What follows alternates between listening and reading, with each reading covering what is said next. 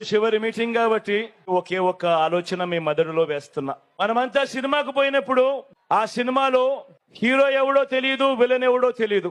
తాను చేసే మంచి, తాను వేసే అడుగుల వల్ల ఆ హీరో మా హీరో అని చెప్పి గట్టిగా హీరోను మనవాడు అని అనుకుంటాం.